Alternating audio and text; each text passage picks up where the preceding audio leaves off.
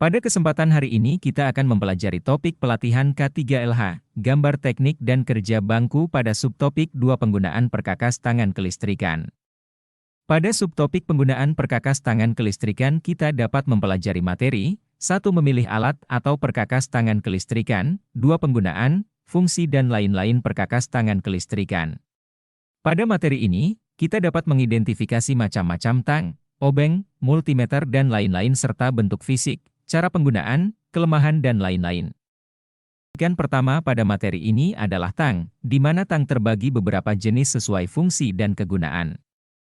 1. Tang potong mempunyai rahang tajam dan miring. 2. Kegunaan dari tang potong adalah untuk memotong kabel, kawat, dan fiber tipis. Kelemahan dari tang potong adalah tidak mampu memotong ukuran bidang yang besar atau tebal.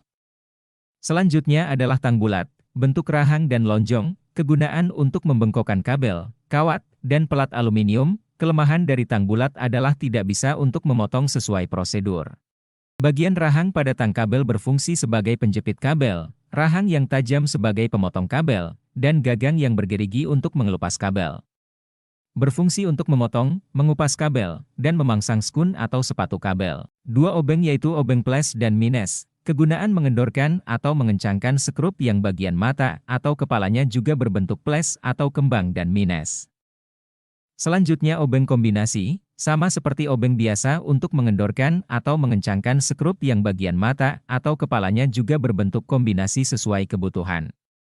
Selanjutnya obeng tespen memiliki fungsi yang dapat digunakan untuk mengetahui ada atau tidaknya tegangan dan arus listrik yang mengalir pada suatu benda atau instalasi listrik.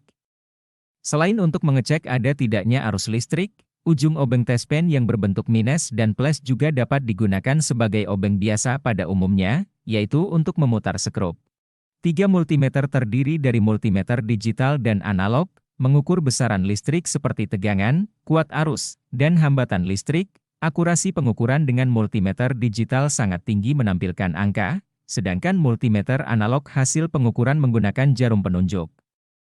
Pada video ini menampilkan cara menggunakan tang potong pada pekerjaan instalasi listrik dan masih banyak lagi contoh yang bisa didapatkan. Pada video selanjutnya menampilkan cara menggunakan obeng pada pekerjaan instalasi listrik yaitu pemasangan saklar. Pada video selanjutnya menampilkan pengukuran tegangan, arus, tahanan dan lain-lain pada instalasi listrik. Menggunakan tang krimping tidaklah sulit, bentuknya yang mirip dengan tang ataupun gunting membuat Anda dapat dengan cepat mengetahui cara menggunakan tang krimping ini. Anda cukup melihat bagian-bagian yang diberi kode atau tanda pada alat tang krimping ini. Lalu Anda dapat dengan mudah menyesuaikan penggunaan tang krimping ini sesuai dengan kebutuhan Anda seperti memotong dan mengupas kabel. Alat bor adalah alat yang digunakan untuk mengebor lubang di berbagai material seperti kayu, besi, beton, atau dinding.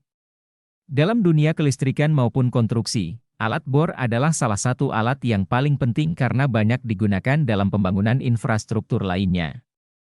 Demikianlah pembahasan penggunaan perkakas tangan kelistrikan, semoga bisa bermanfaat. Akhir kata wassalamualaikum warahmatullahi wabarakatuh.